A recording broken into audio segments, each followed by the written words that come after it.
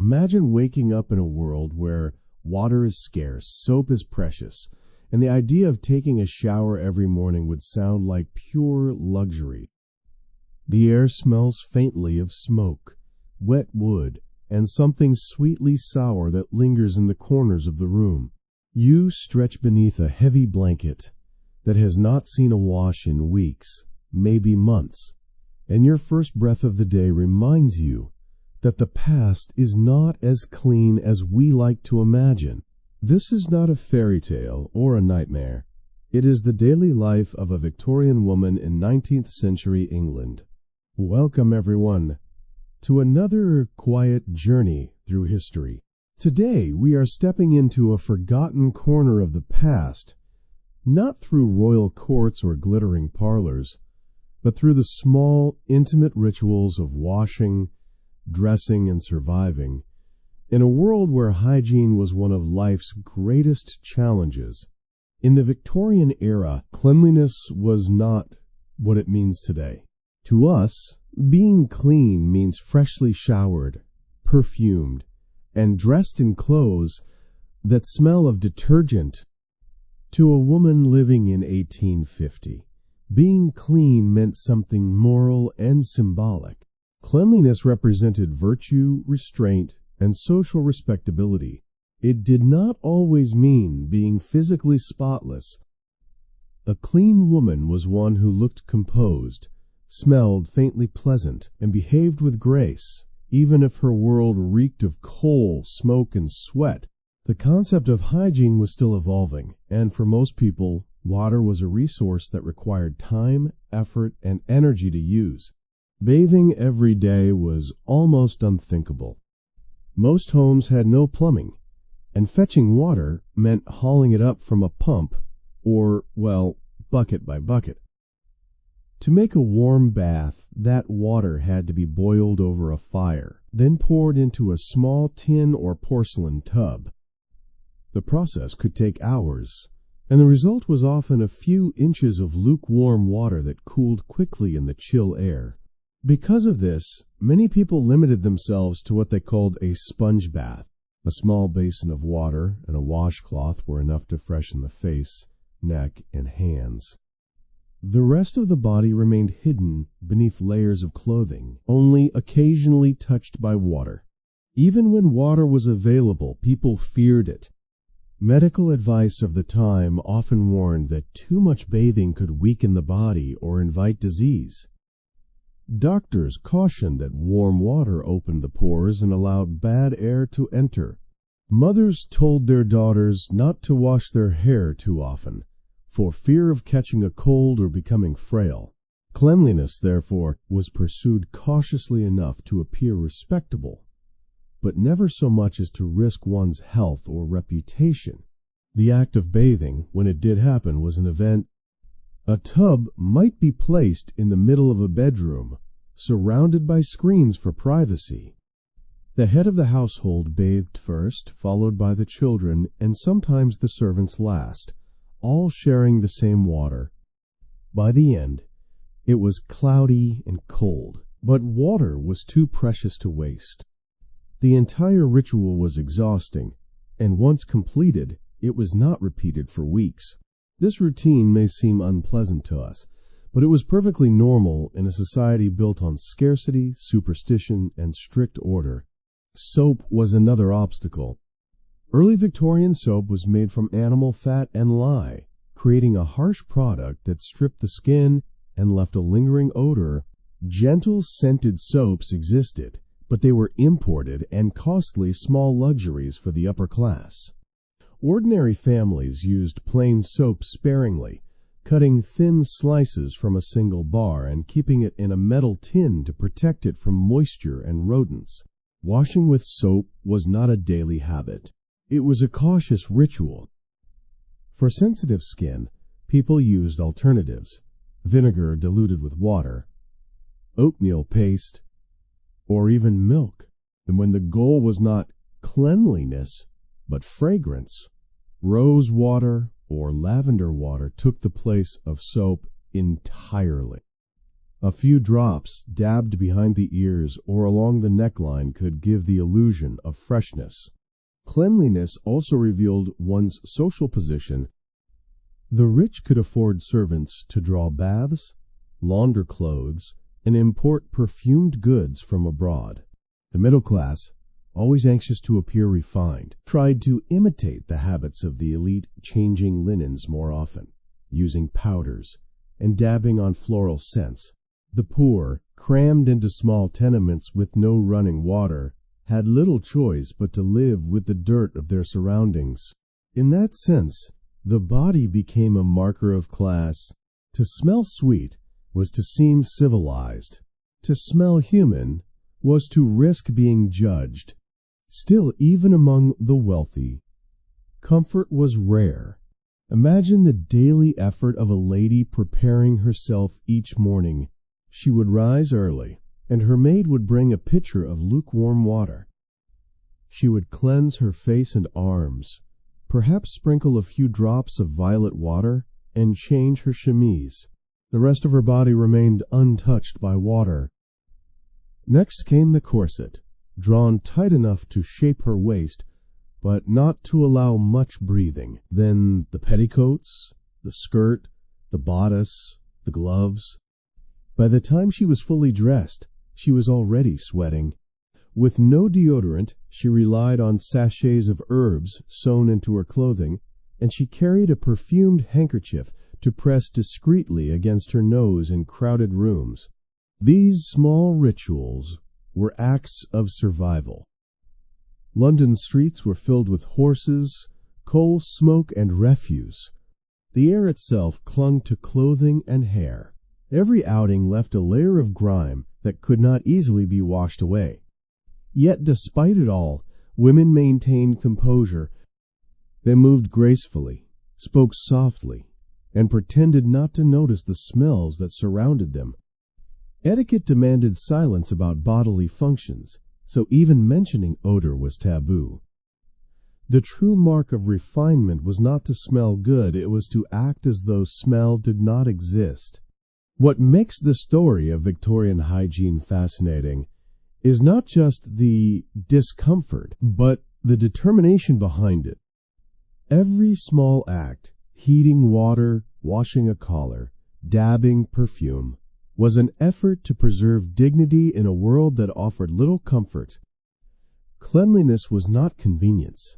It was labor, and it was an ideal that people pursued despite every obstacle of class, culture, and technology. Looking back now, it is easy to laugh at the thought of people avoiding baths or sharing murky water, but we should pause before judging. Hygiene evolves with access and understanding. The Victorians lived in a world without plumbing, electricity, or the germ theory of disease. They did not have the luxury of instant hot water, soap that foams gently, or deodorants that promise 24-hour freshness. What they had instead was ingenuity, a willingness to adapt and endure. So as we begin this journey through the scented and unscented world of the 19th century, let us remember that the past was not simply dirty, it was complicated. The struggle for cleanliness was a story of class, science, morality, and survival. Beneath the lace and perfume, there were people doing their best with what they had, fighting sweat, smell, and social judgment with quiet resilience. And that is where our exploration of Victorian hygiene truly begins, not with disgust, but with respect for how hard it was to stay clean in a world that rarely allowed it. Morning begins not with the rush of running water or the hiss of a shower head, but with silence. In a Victorian household, cleanliness starts with a small pitcher, a porcelain basin, and a damp cloth. For most women, this humble ritual, known as a sponge bath or partial washing, was the entire hygiene routine of the day. There is no bathtub waiting, no warm water flowing from a faucet. Every drop must be carried, heated, and guarded carefully. To wash too freely would mean wasting fuel, labor, and time.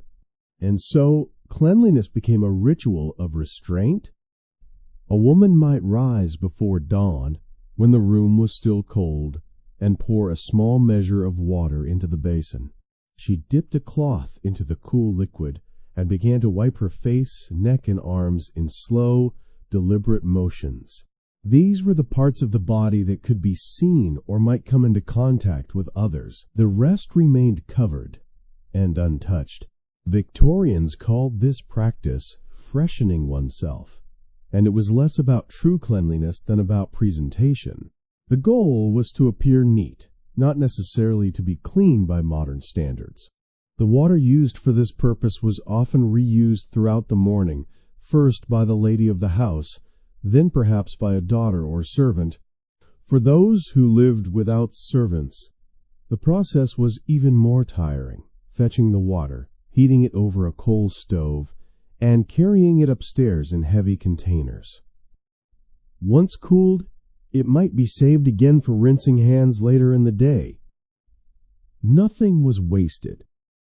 Soap, if used at all, was applied sparingly. Many Victorian soaps were rough and made from tallow or animal fat, leaving an unpleasant scent. Some were so strong they could peel the skin. Women of gentler complexion often preferred not to use them on their faces, substituting rosewater, milk, or diluted vinegar instead. For many, floral water was both cleanser and perfume, giving a temporary sense of freshness that vanished within hours.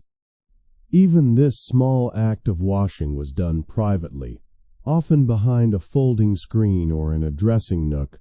Modesty was essential.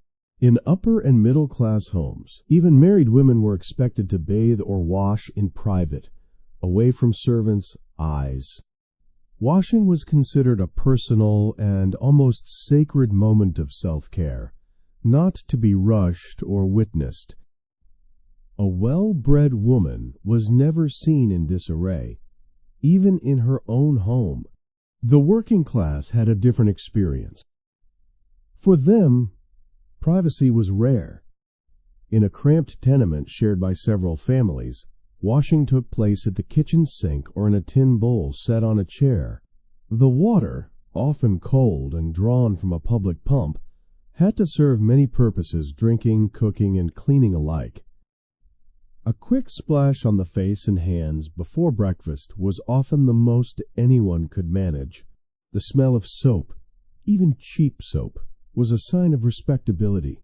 A clean collar or washed hands could make the difference between being treated as a laborer or being respected as a clerk.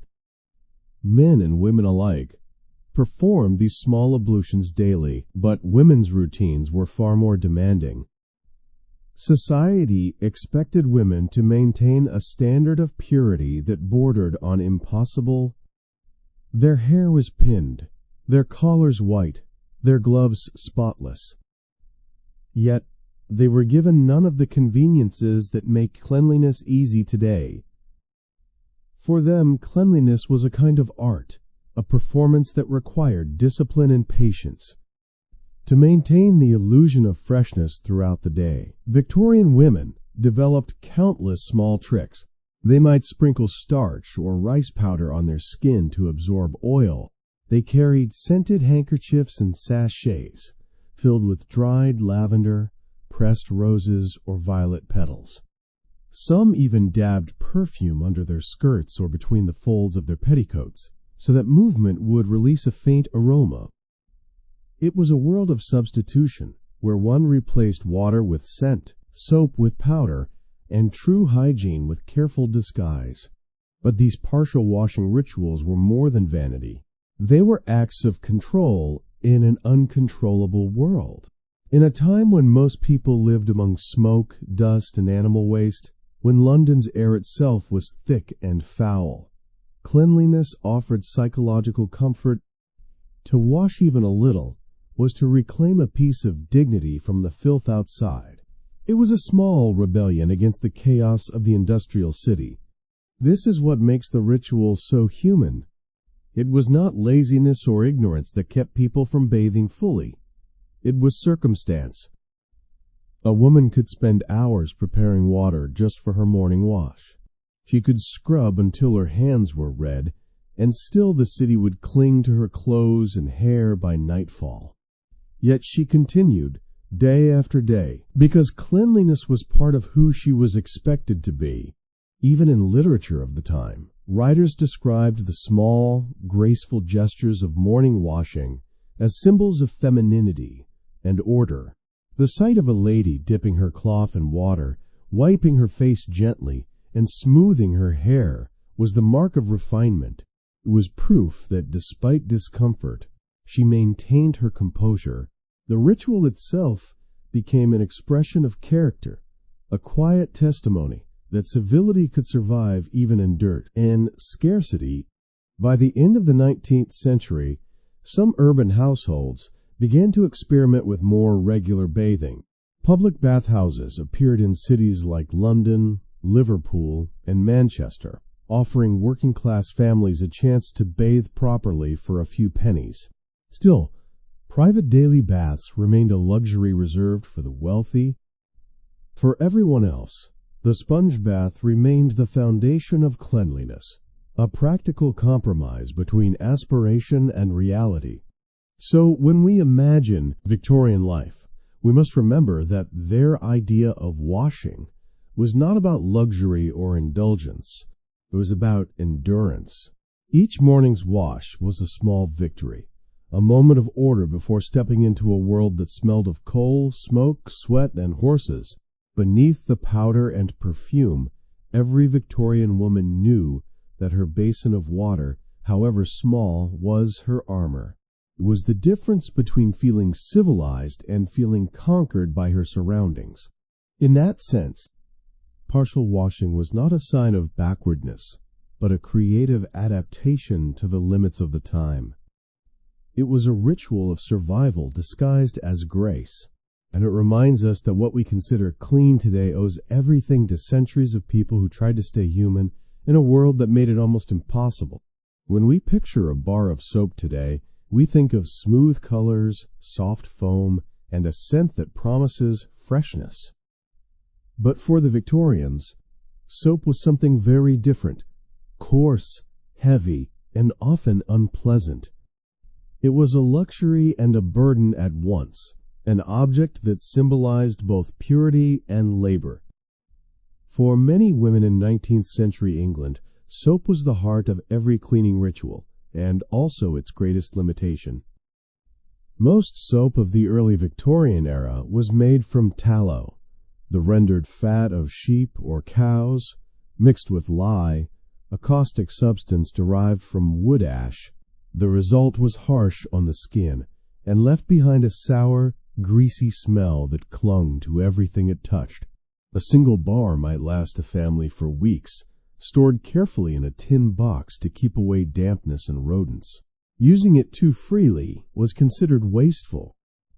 A respectable housewife prided herself on making a small piece of soap stretch as long as possible.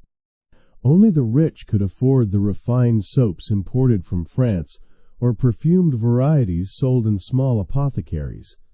These were often molded into elegant shapes, wrapped in paper, and scented with rose, violet, or sandalwood. They were tokens of gentility displayed on dressing tables or kept in locked cabinets. For everyone else, soap was a tool of necessity, not pleasure.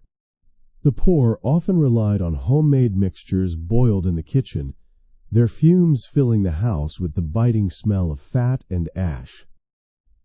Even those who had access to good soap used it with restraint. Bathing soaps were too strong for the face and hands, and laundry soap too rough for fine fabrics. Many women substituted other materials for certain parts of the body: vinegar diluted with water, oatmeal paste, milk, or even lemon juice to soften the skin. These were passed down through generations as household secrets, learned not from doctors but from mothers and grandmothers who had mastered the art of doing much with little. Laundry was a different battlefield altogether. Washing clothes meant boiling them in large tubs, stirring with wooden paddles, and scrubbing them on washboards until the knuckles bled. Soap was essential, but it also damaged delicate fibers and faded colors. The fine muslin gowns and lace collars worn by middle-class women could not endure constant washing, so they were spot-cleaned and aired instead. In many homes, Monday was laundry day, a day dreaded by servants and housewives alike, when the house filled with steam and sweat and the sharp scent of soap and smoke blended into one. It is easy to forget that soap in Victorian times was part of a moral conversation, as much as a hygienic one. The phrase "cleanliness is next to godliness" became a social motto. To be clean was to be respectable. To be dirty was to be morally suspect. Advertisements for soap began to appear in newspapers, portraying it as a symbol of civilization. A bar of soap could wash away not just dirt, but shame and class difference. These ads often carried subtle moral lessons, suggesting that the British Empire's civilizing mission was mirrored in the household act of washing. In the simplest terms, soap became propaganda for purity. Still, reality did not match the image. The smell of soap could never completely hide the odors of everyday life. Sweat, smoke, and the dampness of London air always won in the end. A woman could scrub her hands until they were raw, yet still feel unclean. This constant tension between appearance and reality, cleanliness and exhaustion, defined Victorian hygiene. For women especially, the relationship with soap was intimate and symbolic. A bar of fine soap on a vanity was a mark of grace, an unspoken promise that she cared for her appearance and her reputation. Yet behind that symbol lay endless work. Soap required water, water required heat, and heat required fuel. Every small act of washing was a chain of effort. Even to wash a child's face or rinse a handkerchief was an undertaking that connected physical labor to moral duty. The scarcity of soap and the difficulty of its use also created creative adaptations. Many Victorians turned to powders and perfumes to mask odor instead of removing it. Starch, chalk, and rice powder were applied to the skin to absorb moisture. Clothes were brushed, aired, or sprinkled with lavender water rather than washed. The idea was not to remove the smell, but to layer it, to create a bouquet of scents that suggested freshness from a distance. It was illusion elevated to habit, and habit transformed into social norm. For poorer families, soap could even be a form of currency. A bar might be traded, saved for special occasions, or gifted at Christmas. It represented care, pride, and aspiration. Women working in laundries or as domestic servants handled more soap than anyone else, yet rarely had enough for themselves. They washed other people's linens while wearing aprons stiff with sweat and soot. The irony was not lost on them, though few spoke of it aloud. In this world, soap held contradictions that reveal much about Victorian life. It was a symbol of refinement and a tool of drudgery. It promised purity but delivered pain. It united science, commerce, and morality in one humble object. And through it all, women stood at the center, scrubbing, boiling, rinsing, and perfuming, holding civilization together one bar at a time. The smell of soap was both comfort and command. To own it was to claim dignity. To use it was to prove discipline. Every bubble that rose in a basin of cloudy water whispered of effort, sacrifice, and survival. Cleanliness, in that sense, was not just about the body. It was about hope, the belief that no matter how dirty the world might be, one could still emerge each morning with the courage to start clean again. If soap and water were scarce, imagine what happened when people trapped their bodies inside layers of heavy fabric. In Victorian society, clothing was both armor and prison. Women were expected to wear multiple layers: linen chemises, corsets, petticoats, bustles, outer gowns, and sometimes cloaks or shawls on top of it all.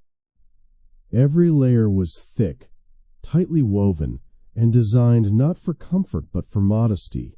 The more fabric you wore, the more respectable you appeared. Unfortunately, this also meant that sweat, heat, and odor had nowhere to escape. A typical outfit began with the chemise, the only layer that touched the skin directly.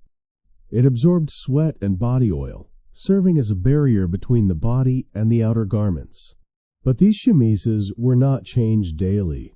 Doing laundry was simply too time-consuming and expensive. Over the chemise came the corset, stiffened with whalebone or steel. It compressed the torso, forcing the body to adopt a narrow, upright posture. Breathing became shallow, and circulation slowed, especially in summer heat. The corset was rarely washed, since water could damage the metal and warp the fabric, so it collected perspiration over weeks or months. Above the corset came multiple petticoats, 3, sometimes 5, made of linen, cotton, or even wool. These added volume and shape to the skirt but also trapped warmth. A lady could be wearing 20 pounds of fabric before leaving her bedroom. Add stockings, gloves, a bonnet, and boots, and even a gentle walk could feel like a furnace. In that world, sweating was inevitable, yet speaking of it was unthinkable.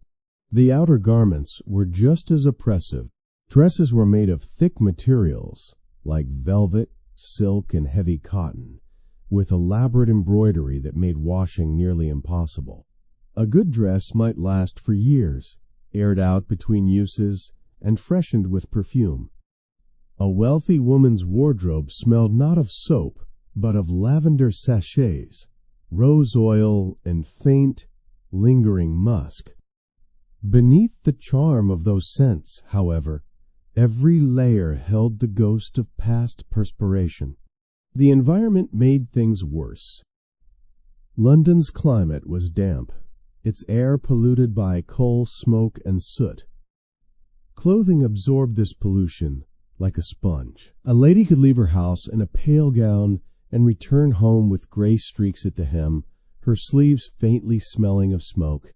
The rich tried to combat this by having multiple outfits for different times of day: morning dress, afternoon dress, evening gown, but few could afford that luxury. Most simply wore what they had and hoped no one noticed the scent of effort beneath the lace. Corsets and petticoats also changed the way people moved. Because bending or twisting could ruin the shape of the dress, women were taught to glide instead of stride, to sit upright and turn slowly. These elegant gestures were not just etiquette, they were ways to hide discomfort. Even fainting, a common occurrence in drawing rooms and dances, had less to do with fragility and more to do with suffocation under all those layers. When the air turned hot, a woman's body became her own worst enemy. In summer, some women placed small pieces of linen or even cotton pads beneath their arms to absorb sweat. These were called dress shields, and they could be replaced when stained. Others dusted themselves with powders or tucked dried herbs and flowers into their clothing. Some wore perfumed lockets or carried tiny pouches filled with orris root powder to disguise odor. Despite all these precautions, the mixture of perfume, sweat, fabric, and smoke created a smell that was unmistakably Victorian, dense, musky, and oddly floral. Working-class women suffered even more. Their clothing was simpler, but made from coarse wool or cotton that held odor and dried slowly. A laundress, for example, spent her days boiling clothes in hot steam, her own garments soaked with sweat. She might own only 2 dresses, alternating them as best she could. The rich had servants to wash their linen. The poor had only their own aching hands. Yet both classes were trapped under the same expectation, to appear clean, graceful, and odorless in a world that made that nearly impossible. Men's fashion, though less restrictive, shared the same fate. Wool suits, waistcoats, and stiff collars were standard. Regardless of weather, a man working in an office or walking through the city might feel the same suffocating heat beneath layers of fabric and starch. But unlike women, he could remove his jacket or loosen his cravat without scandal. For women, even a bare wrist could be considered indecent. Cleanliness was not just a matter of hygiene. It was tied to morality, gender, and control. The irony was striking. Victorian society prized modesty and composure above all else. Yet the clothing designed to uphold those values created discomfort and smell. The more a woman tried to meet the standard of virtue, the more she suffered physically. And yet she endured it with a quiet pride. To appear calm and untouched while every inch of fabric stuck to her skin was considered a sign of refinement. By the late 19th century, reformers began to question these customs. Dress reform movements encouraged women to abandon heavy corsets and wear lighter, looser garments. They argued that true beauty lay in health, not restraint. But change came slowly. For most of the century, layers remained the rule, and so did the daily battle between odor and elegance. The image of a Victorian lady gliding through a ballroom, graceful and fragrant, hides the truth of her struggle. Beneath the silk and satin lay a body overheated, compressed, and sweating in silence. Her elegance was not effortless. It was earned, breath by shallow breath, through endurance and self-control. Every movement, every smile, every faint scent of lavender was a performance. In a world without deodorant, air conditioning, or breathable fabric, the Victorians invented their own kind of dignity. Their layers were both shield and burden, separating them from the dirt of the streets and the judgment of society. But those same layers also kept them prisoners inside their own clothing. It is a paradox that defines the entire era, the pursuit of purity through discomfort, of grace through sweat, of beauty through suffocation. And within that paradox, the story of Victorian hygiene becomes not just about smell, but about what people were willing to endure to be seen as proper, pure, and perfect. In the Victorian world, where full bathing was rare and heavy clothing trapped the body's scent, perfume became more than a luxury. It was a weapon of survival. It was armor, disguise, and silent communication. To modern noses, Victorian perfume might seem overwhelming, thick, musky, cloying. But to the people of that era, it was salvation. Perfume did not just make you smell pleasant. It helped you exist gracefully in a world that never truly smelled clean. A Victorian lady never left home without some form of scent. On her dressing table, you might find bottles of rosewater, violet extract, or cologne made from citrus and herbs. These were not just accessories. They were part of her daily ritual. After her partial morning wash, she would dab perfume behind her ears, on her wrists, at the base of her throat, and even inside her gloves. Some women went further, sprinkling scent on their hair, corsets, and handkerchiefs. It was less about seduction and more about protection, a barrier between herself and the odor of reality. Perfume recipes at the time were complex and often derived from natural ingredients. Rose, jasmine, and lavender were the favorites of the upper classes, while musk, ambergris, civet, and patchouli, heavier, more animalic scents, were used to make fragrances last. Ambergris, for example, came from a waxy substance produced in the intestines of whales. Civet was extracted from the glands of a small cat-like animal. Musk was obtained from deer. These ingredients gave Victorian perfume its signature depth, a richness that clung to fabric for days. A few drops could fill a room. In a society where mentioning body odor was taboo, perfume became a form of unspoken etiquette. To smell pleasant was to show respect for others. A faint floral note suggested refinement. A strong scent, especially of musk or patchouli, hinted at sensuality or, in some circles, moral looseness. Thus, perfume was also a language of class and character. The wrong fragrance could betray your background. A delicate rose or lilac was ladylike, but an exotic amber or spice might be deemed too bold. Perfume also played a powerful emotional role. Because so much of Victorian life was repressed from speech to touch, scent became one of the few acceptable forms of self-expression. A woman could not speak openly about desire, but she could wear a fragrance that hinted at it. A gentleman could not hold her hand for long, but he could remember her by the trace of her perfume on his glove. Scent carried memory more powerfully than any letter. In this way, perfume became the invisible thread that tied people together in an era obsessed with propriety. However, not all perfumes were used for romance. In the streets of London or Paris, scent was often a shield against the harsh realities of the world. The cities reeked of smoke, sewage, horse manure, and rotting waste. Doctors even believed that disease spread through miasma or bad air, so perfume was thought to have protective power. A woman might carry a small pomander, a metal ball filled with scented herbs, or wear a vinaigrette, a tiny locket containing vinegar-soaked sponge. Whenever she passed through a foul-smelling area, she would lift it to her nose.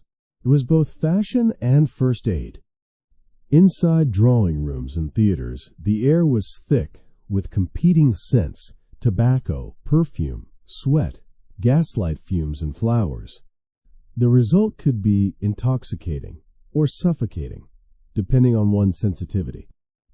Some hostesses burned pastilles, small cones of perfumed powder to sweeten the air before guests arrived. Others filled rooms with bowls of dried rose petals and lavender. For them, fragrance was part of hospitality, an invisible decoration that made their homes feel elegant and safe. But perfume could also be used cruelly. Because certain scents were associated with certain classes, a strong odor could invite judgment. The smell of patchouli, for instance, was often linked to lower-class women or shopgirls, simply because it was affordable and long-lasting. Meanwhile, refined ladies were expected to favor lighter floral or citrus scents. In this way, perfume became yet another social code, a reminder that even in the world of scent, hierarchy reigned. There were also risks. Many perfumes contained ingredients that were toxic by modern standards: arsenic, lead, or alcohol mixtures that irritated the skin. Some formulas were flammable, making candle-lit vanity tables a quiet danger. And because scents were made from natural animal sources, their production often involved cruelty and high cost. A single bottle of pure musk could be worth a servant's yearly wage. This exclusivity only strengthened perfume's association with status. Still, despite these complexities, fragrance offered something profoundly human: control. In a world where so much from illness to odor felt beyond one's power, perfume allowed a woman to reclaim her body, even if only symbolically. It gave her confidence to step into society, to sit in crowded rooms, to smile and speak without fear of shame. One could say that perfume in the Victorian age was not a luxury at all. It was a necessity born of survival and expectation. It blurred the line between cleanliness and art, between deception and grace. And though it may have started as camouflage, for many women it became part of their identity. When we imagine that era now, it is easy to romanticize, to think of roses and lace, of lavender drifting through candlelight. But beneath that beauty lies the truth. Every scent masked struggle. Behind every bottle of perfume was a world that smelled of sweat, soot, and endurance. The fragrance was not just an accessory, it was an act of defiance. It was a quiet statement that no matter how dirty, tired, or confined life became, one could still choose to smell like something beautiful. If perfume was the mask that made life bearable, laundry was the battlefield that kept appearances intact. For Victorian women, keeping garments clean was not a simple matter of tossing them into a machine. It was a full-day ordeal, a test of strength, patience, and endurance. The clean white collars, crisp petticoats, and spotless linens that defined respectability came at an invisible cost. Sweat, steam, aching backs, and the endless scent of soap and smoke. In the 19th century, washing clothes was one of the most physically demanding tasks in the home. It began at dawn, when the fire had to be lit and large iron pots filled with water. If you lived in the city, water was hauled from a pump or cistern. If in the countryside, from a well or stream. The process started with heating gallons of it until it boiled. Then the real labor began. Clothes were sorted whites, coloreds, delicates, and boiled with soap shavings or soda ash to loosen grime. The mixture bubbled thick and gray, coating the air with the pungent scent of lye and fat. Once boiled, garments were lifted from the water with wooden paddles, scalding to the touch. They were then beaten, scrubbed, and rinsed by hand on rough washboards. Every stroke tore at the fabric and the washer's skin alike. Even after hours of work, many stains, sweat, soot, ink, blood, refused to fade. The women doing this work were often red-handed and raw-skinned by nightfall. If they were servants, they still had to press and fold everything before their employers woke the next morning. Laundry was so labor-intensive that most families could not do it more than once a week, sometimes less. Monday became the dreaded washing day across Britain, a day when every household filled with steam, water sloshed across floors, and the air grew thick with the heavy odor of wet cloth and soap. Tuesday was ironing day, with flat irons heated on stoves and used quickly before they cooled. These irons were heavy, and they burned not only fabric but fingers. A moment of distraction could ruin a garment or scar a hand for life. Because washing was so exhausting, people tried to limit how often it needed to be done. Undergarments were meant to protect outerwear from direct contact with the body. A linen chemise, for example, could be washed more easily than a corset or gown, so it absorbed the brunt of sweat and oils. But even chemises were not changed daily. They were aired out overnight by hanging them near a window or fireplace, hoping the wind or heat would refresh them. Some families simply turned garments inside out between wears. For middle-class households, washing day required coordination between servants, the laundress, the maid, and the cook, since the stove had to serve both laundry and kitchen.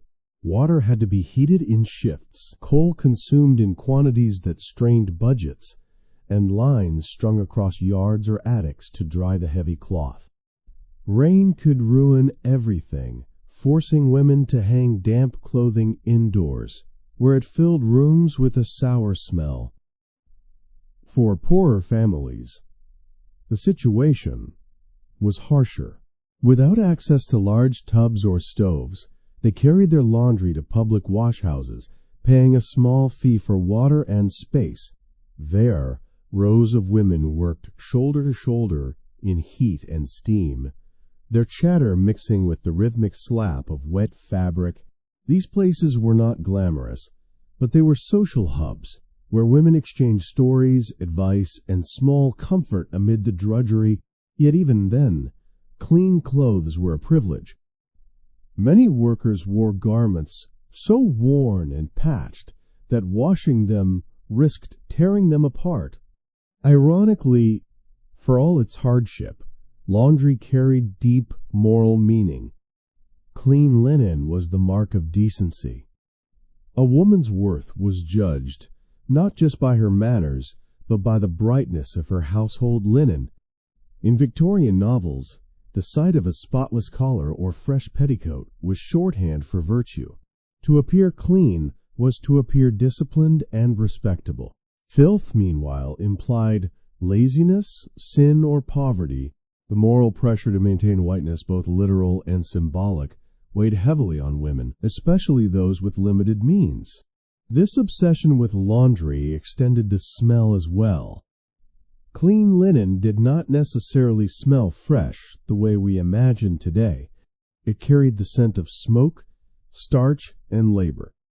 Some households used blue dye, called laundry blue, to make white fabrics appear brighter. Others sprinkled lavender or rose petals between folded sheets, a small luxury that gave the illusion of refinement. But no matter how sweet the scent, the memory of the work never disappeared. Even those who could afford servants were not free from laundry's tyranny. Mistresses of the house were expected to inspect, manage, and direct washing days. The sound of scrubbing and wringing echoed through large homes, and every garment required tracking and care. Losing a piece of linen or allowing it to yellow with neglect was considered a moral failure, not a practical one. The home itself was judged by how clean it smelled.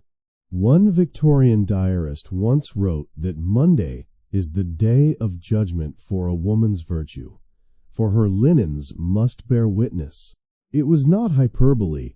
The culture of cleanliness linked domestic labor to moral worth so tightly that women carried the guilt of every stain. Cleanliness was not just comfort.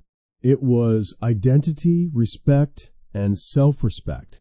Yet, despite the fatigue, many women found rhythm in the ritual. The hiss of boiling water, the scent of soap, the rhythm of wringing and folding, all became part of the heartbeat of home life. It was exhausting, yes, but it was also a space where they controlled something tangible in a world where so much was decided for them.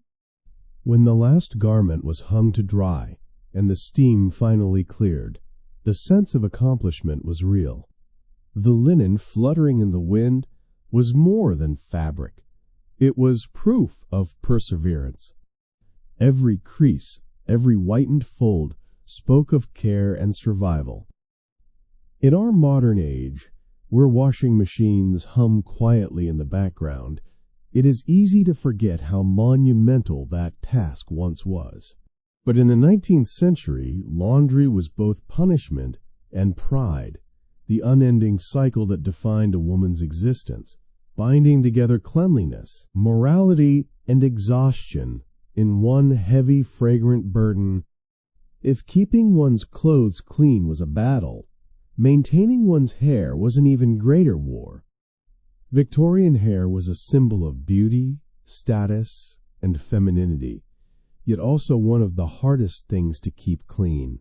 Without modern shampoos, conditioners, or running water, washing the hair was a complicated, messy, and often avoided ordeal.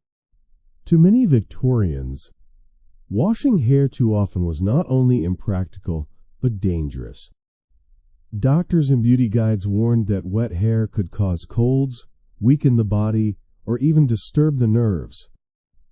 As a result, most women wash their hair only once every few weeks, sometimes once a month, or even less. Instead of water, they relied on brushes, powders, and oils. The daily ritual began not with washing, but with brushing long, repetitive strokes meant to distribute the natural oils from scalp to ends. 100 strokes a day was the common prescription, believed to keep the hair glossy and strong.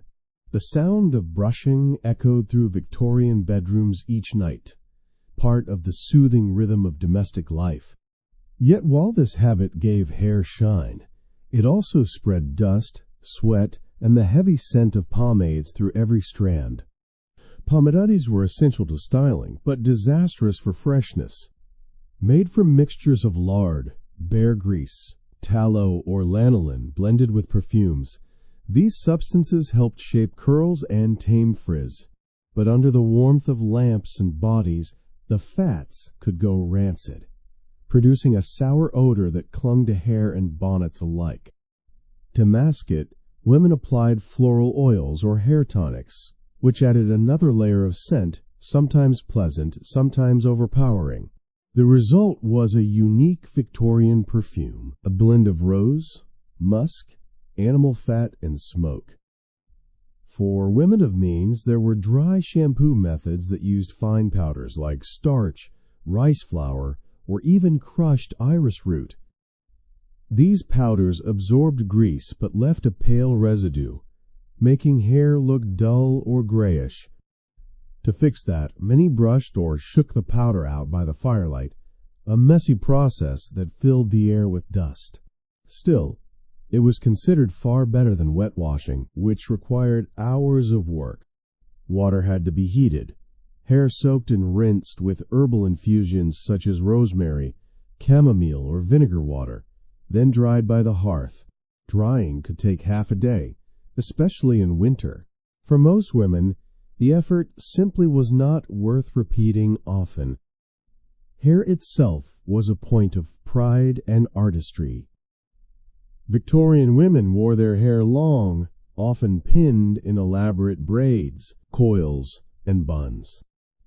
Many used rats, small pads made of their own shed hair to create volume. Others added false hairpieces or curls to achieve fashionable shapes. Yet these additions came with their own problems. Hairpieces collected dust and odor. Stored improperly, they could even harbor lice or mildew. Maintaining them required careful airing, brushing, and perfuming. The more beautiful the hairstyle, the more likely it was hiding weeks of buildup. In social settings, hair was not only an ornament, but also a statement. Loose hair symbolized youth and sensuality, while tightly pinned hair represented control and decorum. A lady's coiffure reflected her moral standing. To appear with oily or disheveled hair was to risk being seen as careless or even immoral. This pressure meant that women spent hours arranging, pinning, and perfuming their hair, but not necessarily cleaning it. They relied on artifice and fragrance to give the impression of purity. Men were no different in their grooming habits. They used pomades and oils to slick back their hair and mustaches, favoring products like macassar oil, a mixture of coconut oil, palm oil, and ylang ylang. The scent was strong and easily transferred to upholstery, which is why many households placed antimacassars, small embroidered cloths, over the backs of chairs to protect them from grease stains. Thus, even furniture became part of the hygiene story, silently absorbing the residue of Victorian vanity. Despite all these layers of artifice, hair remained deeply personal. Mothers brushed their daughters' hair as an act of affection. Lovers kept locks of each other's hair as tokens. Hair was considered eternal, the one part of the body that remained beautiful even after death. Many Victorians kept mourning jewelry made from braided strands of a deceased loved one's hair, worn close to the skin as both relic and comfort. It was intimate, symbolic, and deeply human. Yet behind the sentimentality lay the reality. The Victorian woman's hair was rarely as pristine as portraits suggest. The shining curls and glossy braids in paintings owed their perfection to oil, powder, and patience, not cleanliness. Hair was constantly touched, rearranged, and perfumed, but seldom truly washed.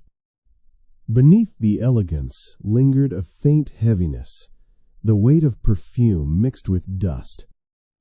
And still, they called it beauty. In a world where women had little control over their public image, hair was one of the few things they could command completely. To brush, braid, and perfume, it was an assertion of dignity.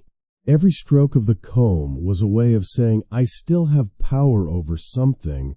When we look back now, we see not vanity but endurance. These women lived in a time when beauty demanded physical hardship, when comfort was sacrificed for control, and control was equated with virtue. Their hair carried the history of that struggle, woven with scent, oil, and patience. Each strand tells the same story as the rest of Victorian life: the pursuit of grace amid constraint, and the quiet strength required to appear immaculate in a world that never truly was. While hair could be hidden beneath pins and veils, and clothing perfumed with flowers, nothing could disguise a person's breath. In the Victorian world, oral hygiene was a daily challenge, one that revealed, quite literally, how close you were to civilization. There were no electric toothbrushes, no minty toothpaste, no convenient mouthwash bottles lined up by the sink. For most people, keeping the mouth clean meant surviving.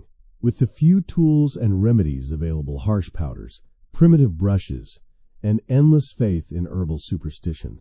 Toothbrushes existed, but they were far from pleasant. The handles were carved from bone or wood, and the bristles came from boar hair, stiff, coarse, and often unsanitary. A new brush was expensive, so it was used until the bristles began to fall out. Some people even shared brushes among family members, thinking it harmless.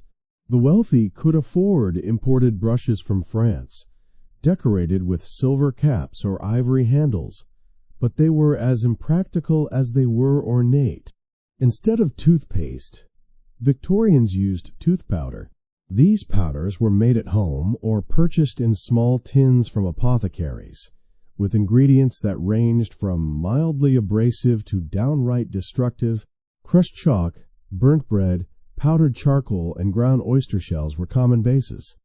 Some even used brick dust or pumice stone for extra scrubbing power. While these mixtures did remove surface stains, they also stripped enamel and irritated gums. To make them more pleasant, manufacturers added cloves, mint, or cinnamon oil, but most still tasted like dust and vinegar. Rinsing the mouth was another ordeal. Mouthwashes as we know them today did not exist. Instead, people swished diluted vinegar, salt water, or even spirits, such as gin or brandy, to purify the breath. This method was less about freshness and more about killing germs, or at least what people believed were germs. Remember, the germ theory of disease was not fully accepted until the late 19th century, so most Victorian hygiene was guided by guesswork and tradition. Bad breath was nearly universal. Without proper cleaning, bacteria thrived in the mouth, feeding on the remnants of meat and bread that clung to teeth. Sugar, increasingly common in Victorian diets, made matters worse, feeding decay while coating teeth in sticky residue. The result was a mix of sweetness and rot that no perfume could disguise. To mask it, both men and women chewed on herbs and roots. Cloves, anise, cardamom, and licorice were popular choices. Some carried small silver boxes of mints or lozenges perfumed with rose or violet. Others relied on the discreet use of scented handkerchiefs. At social gatherings, a lady might raise a handkerchief lightly to her lips, not just as a gesture of politeness, but to conceal a smell she could not control. Dental care, when problems arose, was grim. Dentistry as a profession existed, but was primitive. Painkillers were rare, and anesthesia was still a risky experiment. Tooth extraction was the most common treatment, performed by barbers, blacksmiths, or itinerant tooth drawers who worked in markets. There were no fillings, no root canals, no sterile tools, just pliers, whiskey, and luck. For many, losing teeth was simply part of aging, and toothache was a lifelong companion. For those who could afford it, artificial teeth became a fashion statement. Early dentures were made from ivory, porcelain, or even real human teeth, purchased from cadavers or desperate poor people who sold their own. These dentures looked elegant in portraits, but were heavy, ill-fitting, and foul-smelling. After a few hours of wear, they absorbed saliva and odors, giving the mouth a sour, metallic taste. Nevertheless, they were worn proudly, a mark of refinement over poverty.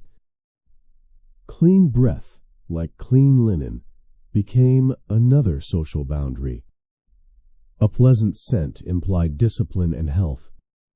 A foul one hinted at neglect or vice. Writers of etiquette manuals warned that halitosis, though not yet named as such, could ruin reputations. It was not enough to look graceful. One had to smell graceful, even when conversation brought one close enough to betray the truth. Among the upper classes, morning routines often included rinsing the mouth with rosewater or brandy, brushing with chalk powder, and chewing a sprig of mint before social calls. Some even placed cloves between their teeth to release fragrance slowly. The poor, lacking such luxuries, sometimes rubbed their teeth with rags dipped in salt or ash. It stung, but it worked slightly. The obsession with fresh breath grew toward the end of the century, as public life became more intimate and industrial pollution worsened. Perfume makers began producing scented tooth powders and mouth drops with flowery names like the breath of spring or crystal smile. They promised not health, but confidence, a mask for decay. By the 1890s, advertisements in ladies' magazines equated clean breath with moral worth, echoing the same logic that had turned soap into a symbol of virtue. And yet, despite all their struggles, the Victorians remained remarkably dignified about it. In their world, no one was truly fresh. Everyone fought the same invisible battle. Bad breath was not a personal failing, but a condition of the time. One more reminder that comfort and civility were fragile luxuries. Imagine sitting in a candlelit parlor, surrounded by conversation, perfume, and laughter, while the faint scents of tobacco, wine, and human breath mingle in the air. That was the real Victorian evening, imperfect, intimate, and deeply human. Behind the lace gloves and polished manners, people were simply doing their best to live with the limitations of their age. So the next time you brush your teeth or rinse with minty mouthwash, think of those who came before you, those who faced the same desire for freshness without the tools to achieve it. For them, every smile was an act of courage, and every breath was a silent reminder of how far civilization still had to go. Even with all their perfumes, powders, and polite efforts, Victorians could never truly escape the smell of their world. Yet what made their society remarkable was not just the presence of odor, it was the way they handled it. In the 19th century, scent was not just a private matter.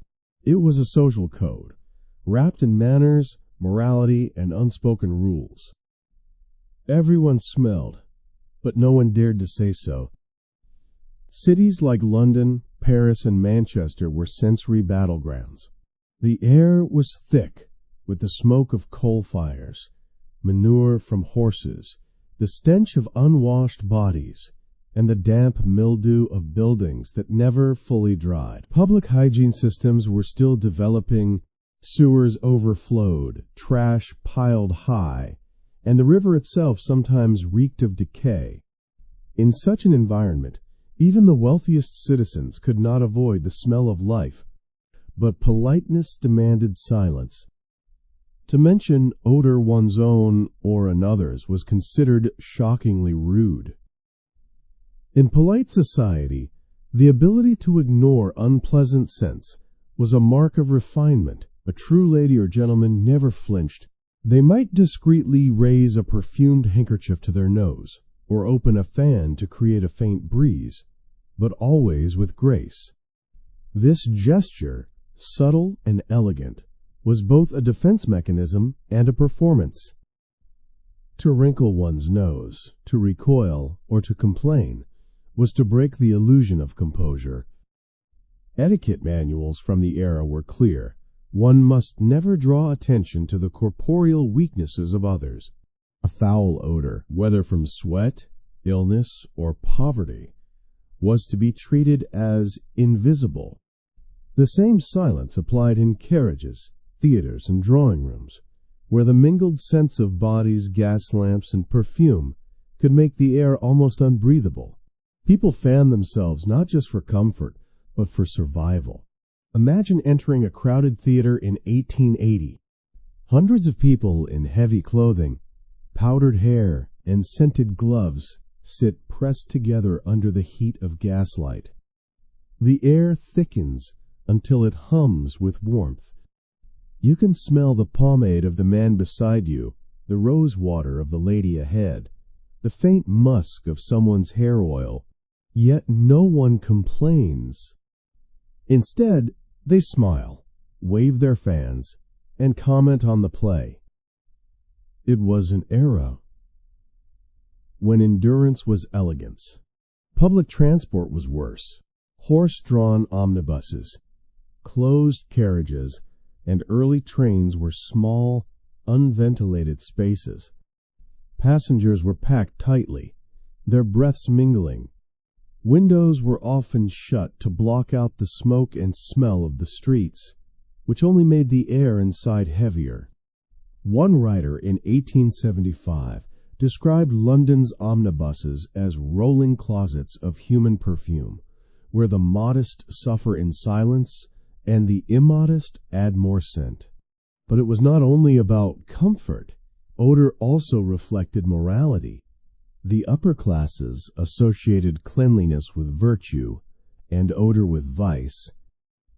To smell bad was to seem lazy, undisciplined, or morally corrupt. Yet, ironically, those who smelled the worst were often the poor laborers, washerwomen, factory workers, who had the least access to water or clean clothing. The rich pitied or judged them, rarely seeing the hypocrisy in their own perfumed disguises. Smell also carried racial and colonial undertones. As the British Empire expanded, exotic scents from India, Arabia, and Africa entered European fashion. Spices like sandalwood, cinnamon, and patchouli were imported for perfumes and soaps, but they were also viewed with suspicion as foreign or too sensual. In social settings, wearing strong or unfamiliar perfume could mark someone as eccentric or unrefined. A faint English rose was safe. An exotic musk was a statement. Even scent became a border between us and them. At home, women used odor etiquette as a subtle form of social control. Hostesses perfumed rooms before guests arrived, burned lavender or citrus peel in the fireplace, and sprayed rosewater on table linens. But if a guest's scent was too strong, or their hygiene questionable, it was handled diplomatically. The hostess might open a window under the pretense of letting in a little air, or light extra candles to mask the smell. Every act was coded, every discomfort hidden behind a smile. Men followed their own unspoken rules. A gentleman was expected to smell faintly of soap and cologne, never sweat or tobacco. Overly strong cologne was considered vulgar, just as heavy perfume was for women. Subtlety was key. The goal was to appear naturally fresh, even when nature offered little help.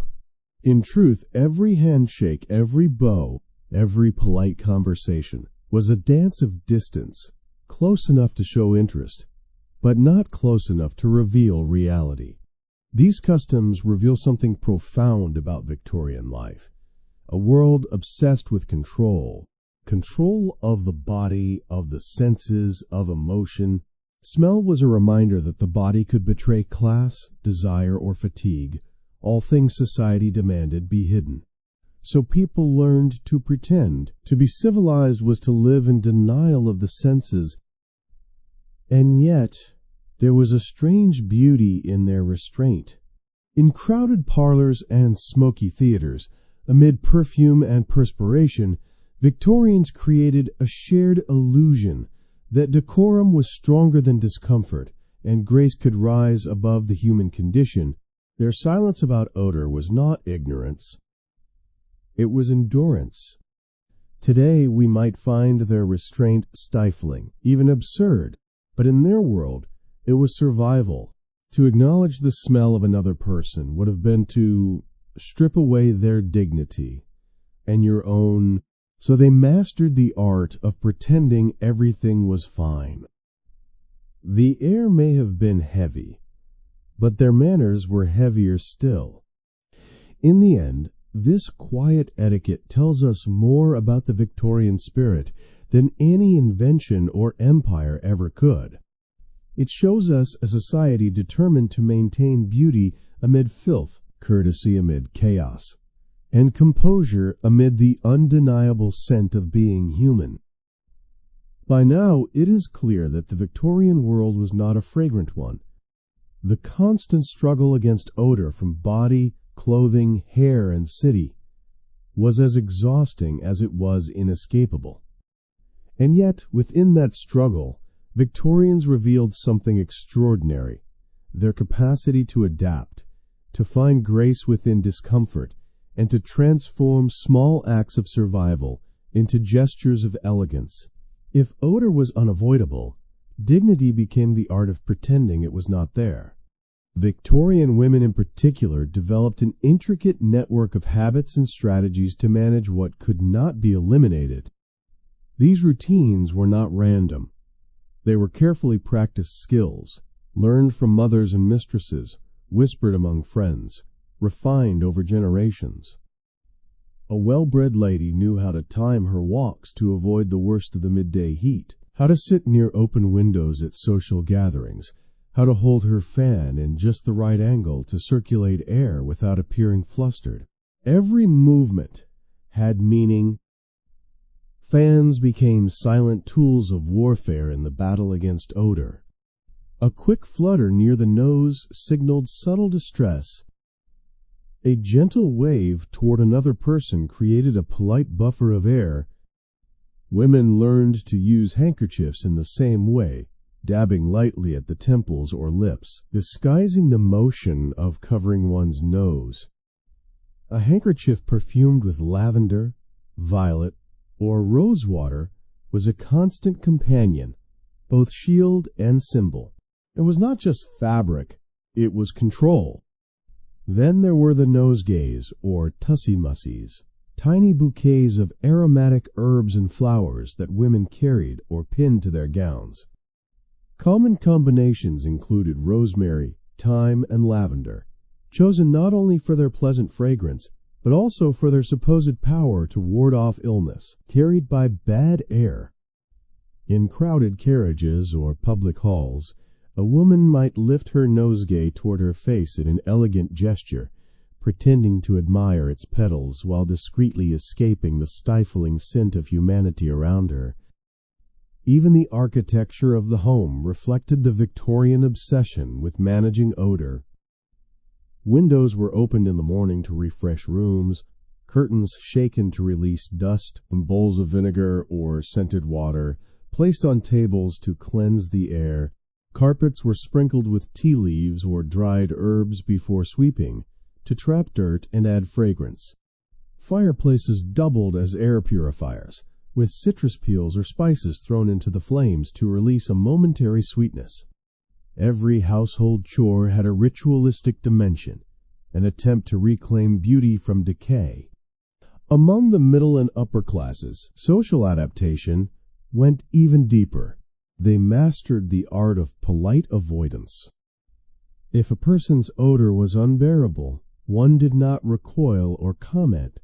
Instead, one might step slightly back, feign interest in a nearby object, or call for fresh air with a smile. Entire conversations were navigated through these invisible cues. To remain gracious in the presence of discomfort was the true mark of refinement. In letters and diaries, we find glimpses of how humor softened the burden. Women joked about surviving the perfume cloud of a dance or the smoky fog of a dinner.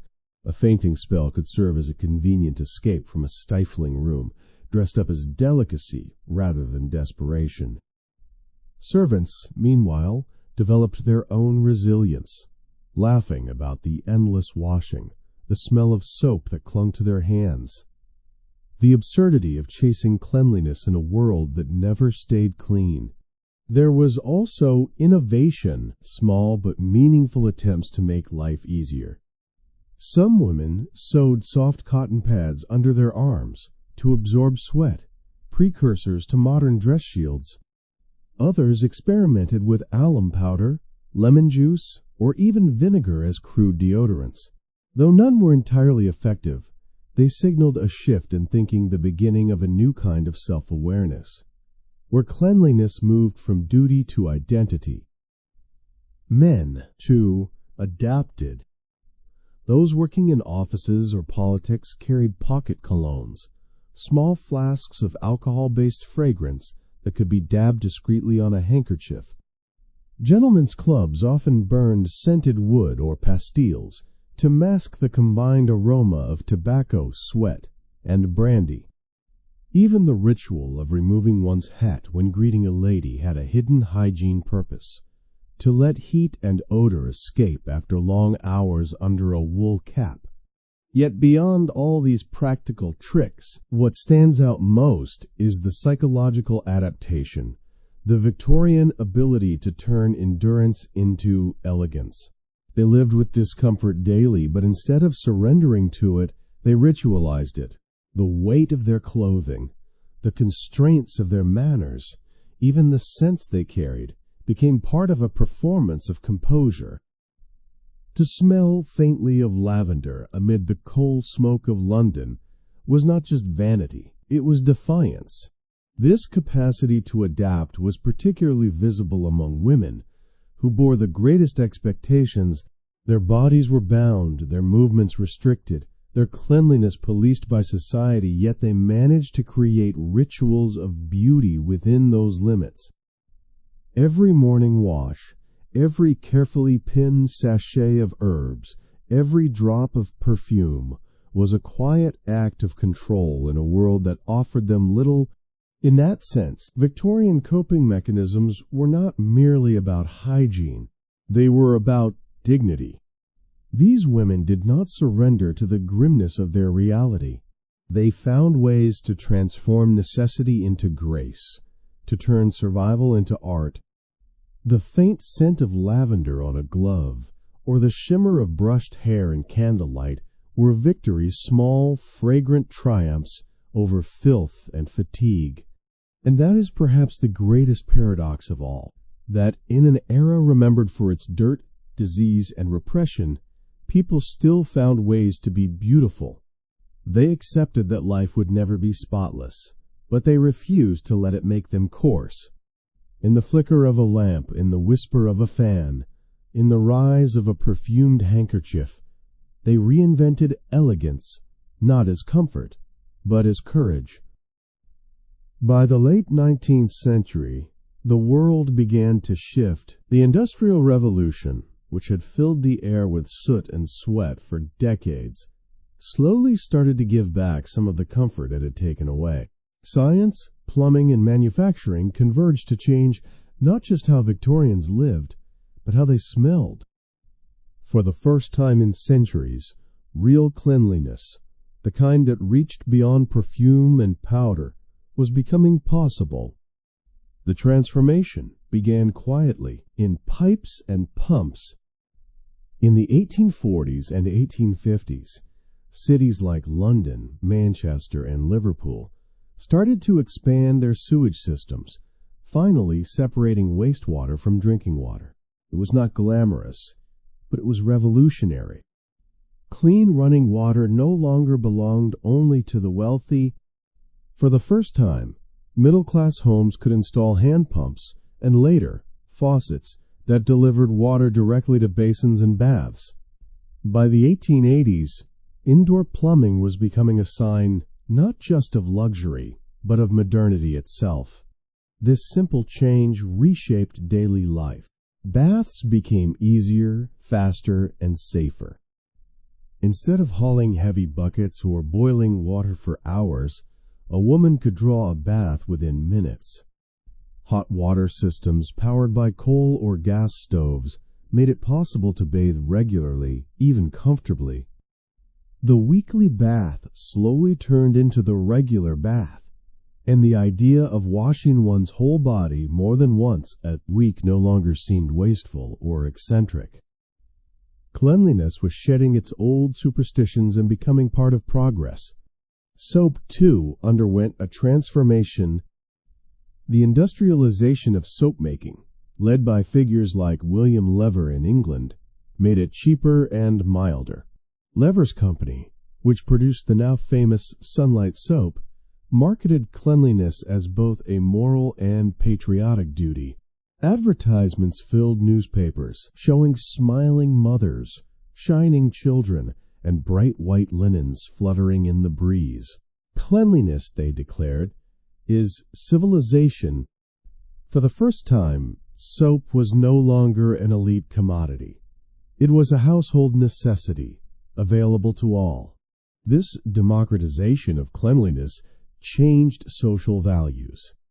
The poor were no longer judged solely for being dirty. They were now expected to be clean. Public bathhouses spread across Britain, offering working-class families a place to wash for a small fee. These baths, often segregated by gender, became places not only of hygiene, but of pride. To emerge scrubbed and scented was to feel reborn, a citizen of the modern age.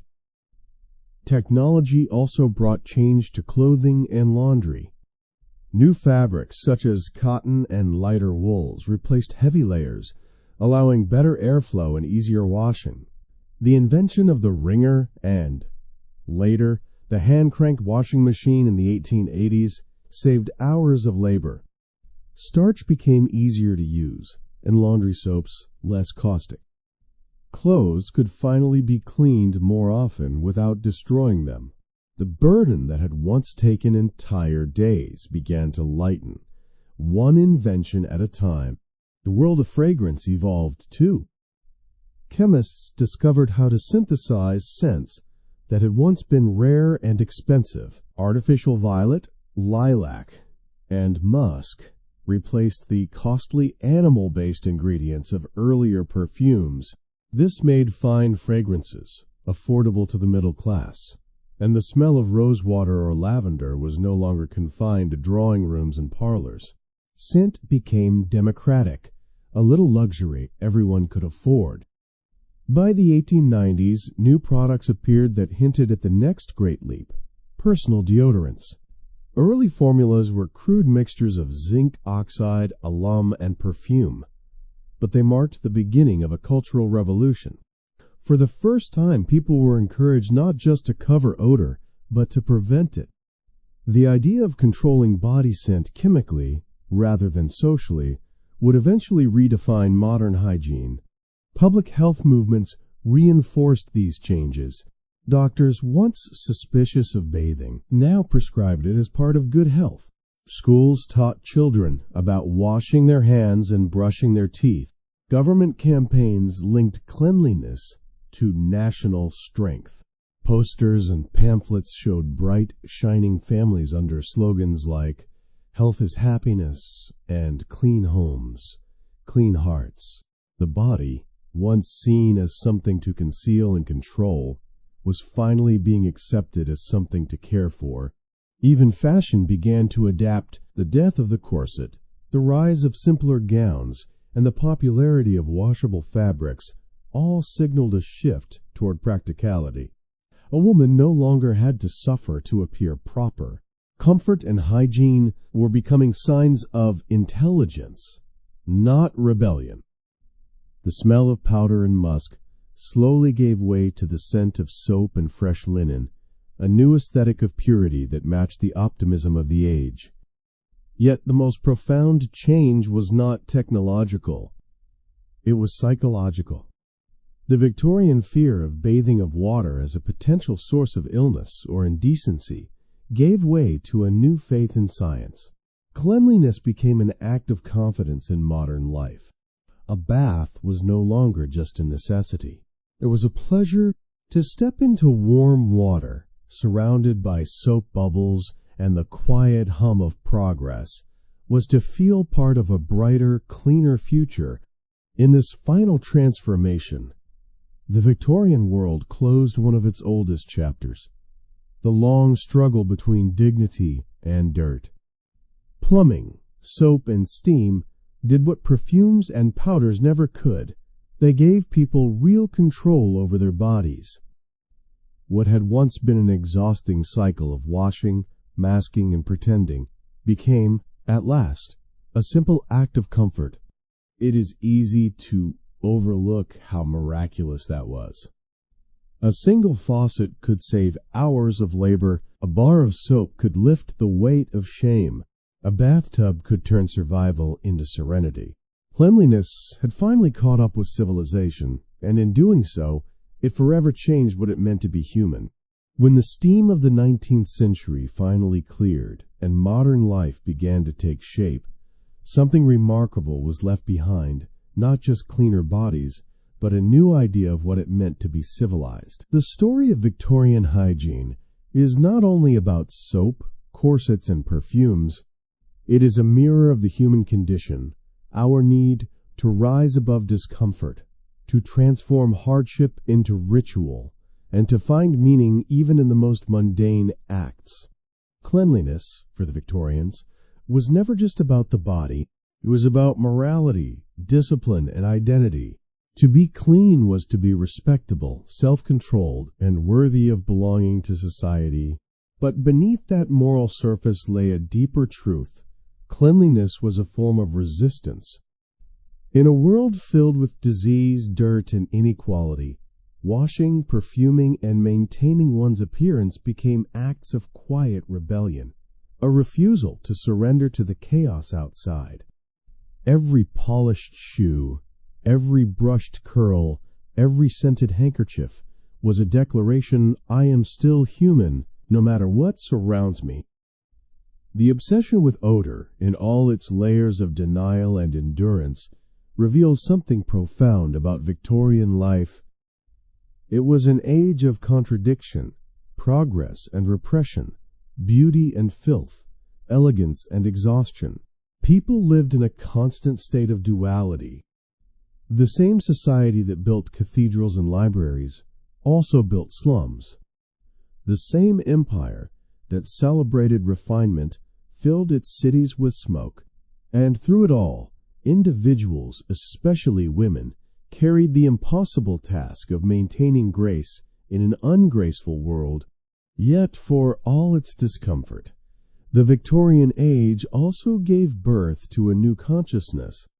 The struggle for cleanliness opened doors to science, public health, and human empathy. When people realized that disease was not divine punishment but preventable, they began to fight for change. Sanitation systems improved, hospitals became cleaner, and governments finally saw hygiene as a shared responsibility, not just a private virtue.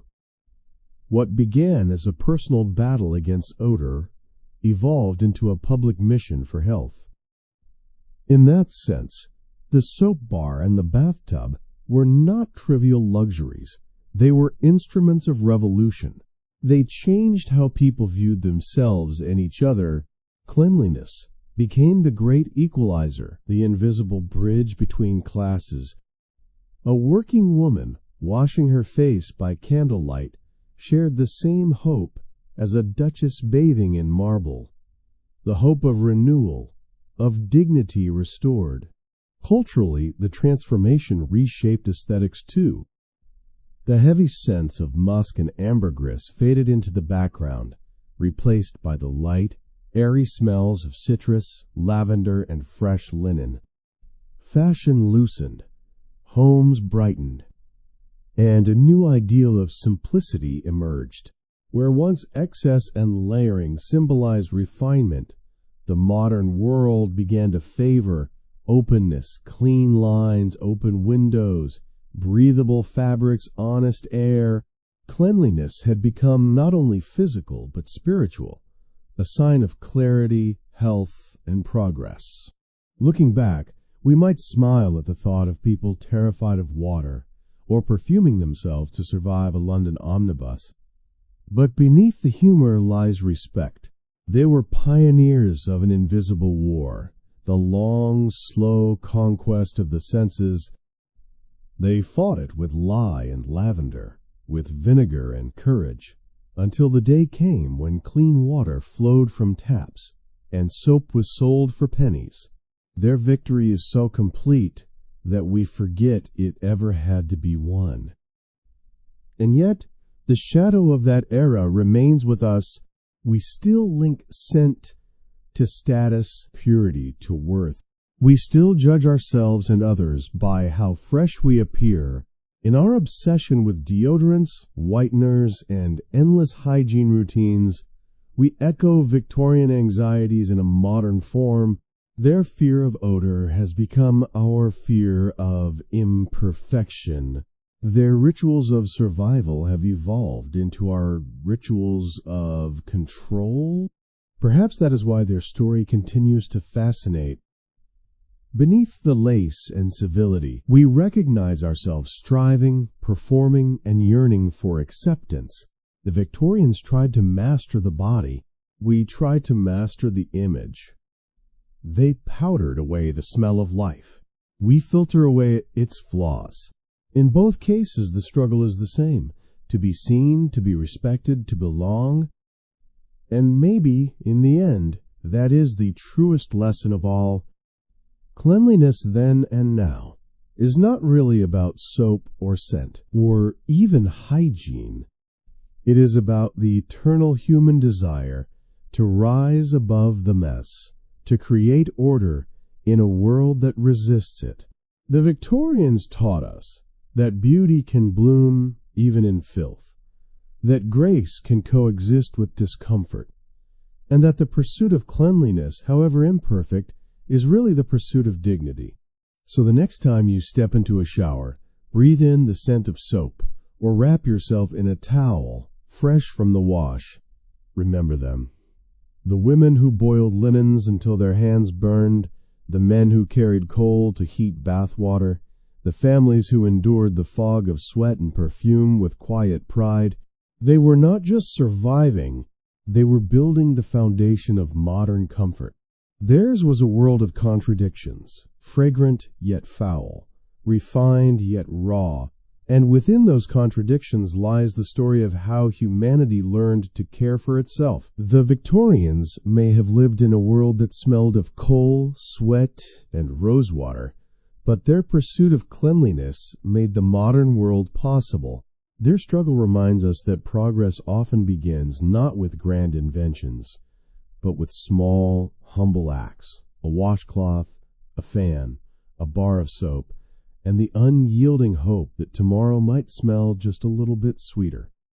And so, as we close the door on the Victorian world, its perfumes, powders, and perseverance, we are left with a strange mixture of admiration and relief. Admiration for the strength it took to live with such restraint, to endure discomfort and still hold one's head high. Relief that we no longer have to boil water by candlelight, or mask ourselves beneath layers of musk and lavender just to feel respectable. The story of Victorian hygiene is not merely a tale of how people washed, but of how they lived with endurance, invention, and an almost poetic dignity amid imperfection. It teaches us that progress is not always loud or visible. Sometimes it begins with something as small as a basin of cool water, a bar of soap, or the courage to imagine a cleaner life. Each generation builds its comfort on the quiet labor of those before it, and the Victorians, for all their struggles, were the ones who taught the modern world that cleanliness could be both science and soul. So tonight, as you rest in your soft bed and the air smells faintly of detergent and calm, remember that the comfort you enjoy was once someone's dream. Behind every warm bath and scented candle lies a story, one of humanity's oldest and most personal revolutions.